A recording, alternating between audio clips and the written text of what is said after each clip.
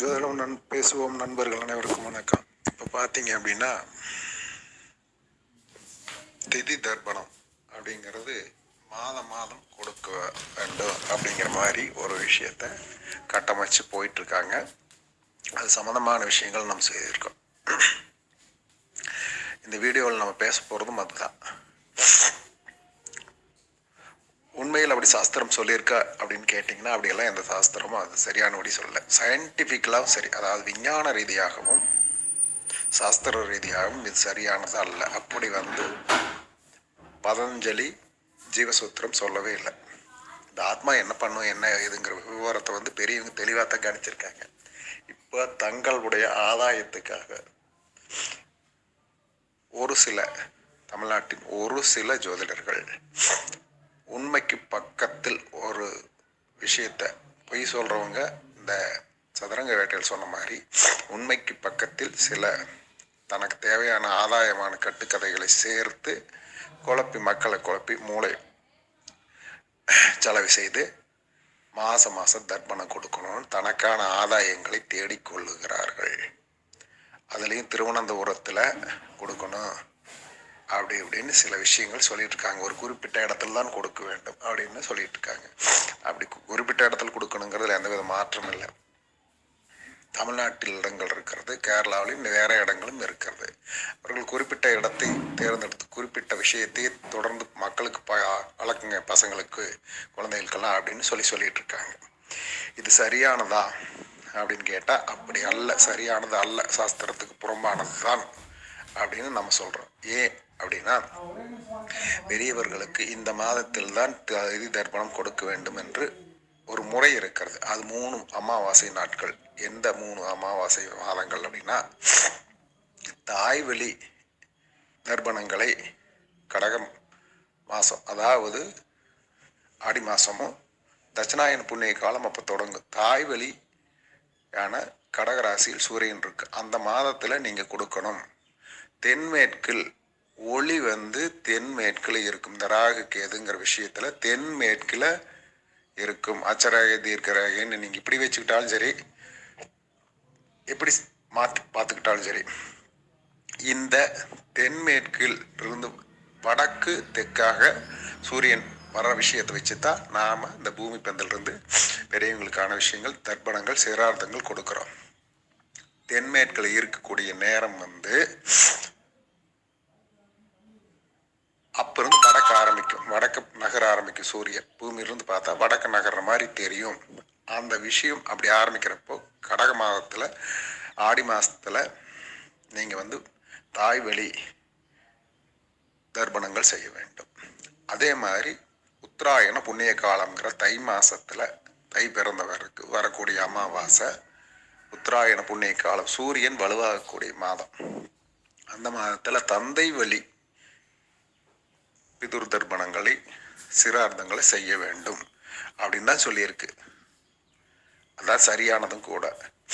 இருவருக்குமானது அப்படின்னு சொன்னீங்கன்னா மத்திய பகுதி, சூரியனுடைய வழி வடக்கு தெற்கு நகர்றதுல மத்திய பகுதியில் எந்த கன்னி ராசியில இந்த சூரியன் நிற்கும் போது புண்ணிய காலம் அப்படின்னு தட்சிணாயன புண்ணிய காலம் அப்படின்னு தொடங்கி 2 மாசம் கழிச்சு மகாலயபட்ச அமாவாசை 14 திதிகளுக்கு 15 திதிகளுக்கு மகாலயபட்சம் சொல்ற இந்த மாதத்துல தர்ப்பணம் 2 பேருக்கும் கொடுக்கலாம். சரி, இது திதி என்னால சரியா கொடுக்க முடியல அப்படிங்கிறவங்களுக்கு இந்த மாதங்களை பயன்படுத்தி கொள்ளலாம். தாய் வழியா இருந்தா ஆடி மாசம், தந்தை வழியா இருந்தா தை மாசம், இருவருக்குமானதாக இருந்தால் புரட்டாசி மாதம் மகாலய பட்சத்தில் திதிகள் உண்டு. அந்த திதிகள்ல கொடுக்கணும்.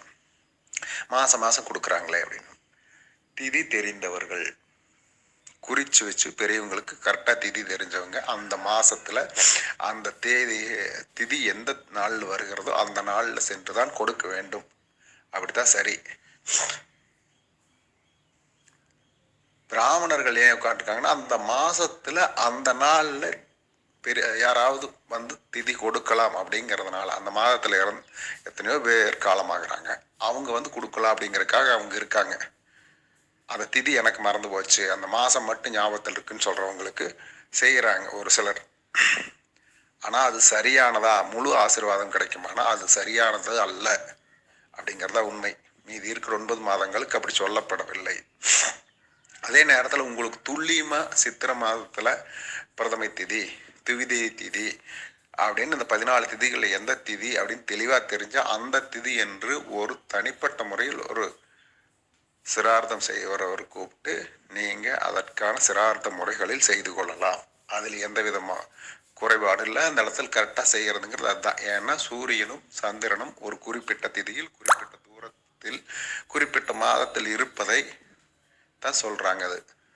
அதில் என்னன்னா சந்திரன் உடலாகவும் சூரியன் ஆத்மா உயிராகவும் பார்க்கப்படுகிறது. அது பிரிஞ்ச நேரம் அப்படிங்கிறதுனால அந்த காலகட்டத்தில் அந்த வருஷத்தில் ஒவ்வொரு வருஷம் இன்னும் 100 வருஷம் கழிச்சிங்கனாலும் இப்போ சித்திரை மாதத்தில் சூரியன் மேசத்தில் தான் இருக்கும். சந்திரன் இப்போ பிரதமை அப்படின்னா மாதத்தின் முதல்ல அமாவாசை வந்துருச்சுன்னா முதல்ல வந்துருச்சு. அப்போ அமாவாசை அப்படின்னா பௌர்ணமி அதே மாதிரி வந்துருச்சுனாலும் முதல் எடுத்துன்னே அந்த ராசிக்குள்ளேயே சந்திரன் இருக்கும். ஒரு நட்சத்திரம் வேணா விலகி இருக்கும். அந்த மாதிரி தான் இருக்கும். அந்த மாதிரி நேரத்தில் பிரிஞ்சிருக்கு அப்படிங்கிறதால அதே மாதிரியான ஒரு அமைப்பில் அந்த மாதத்தில் வரும்.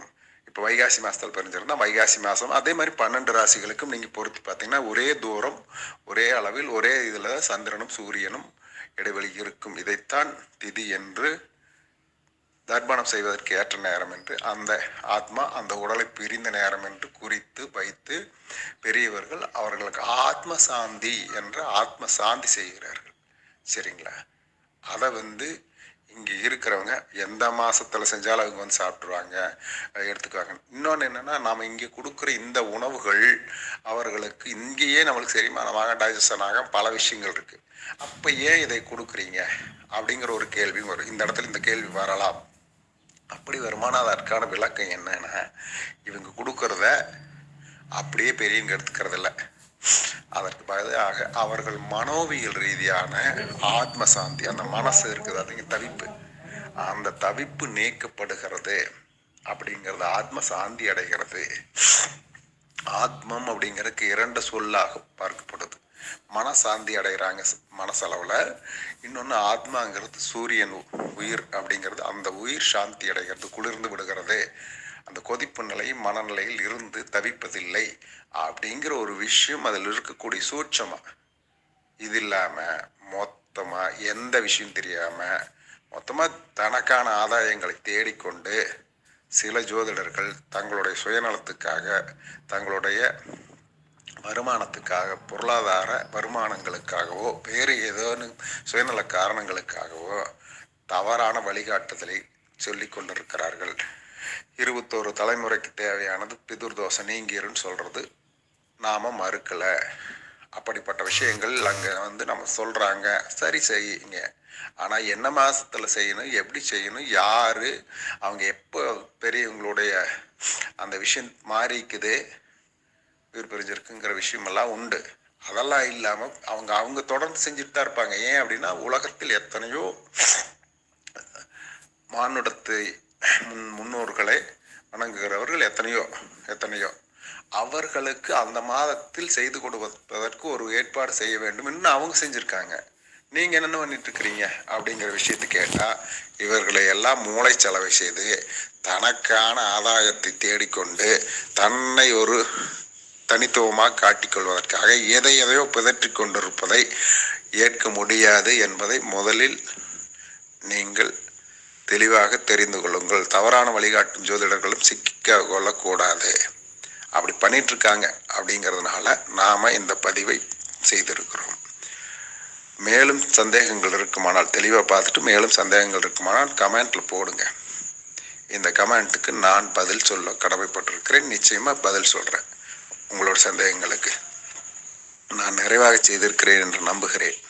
மேலும் தேவைப்படுமானால் கமெண்ட்லேயும் பதில் சொல்கிறேன். நன்றி, வணக்கம். இந்த காணொளி கண்டவர்களுக்கு நன்றி. மேலும் இன்னொரு காணொளி காண்போம்.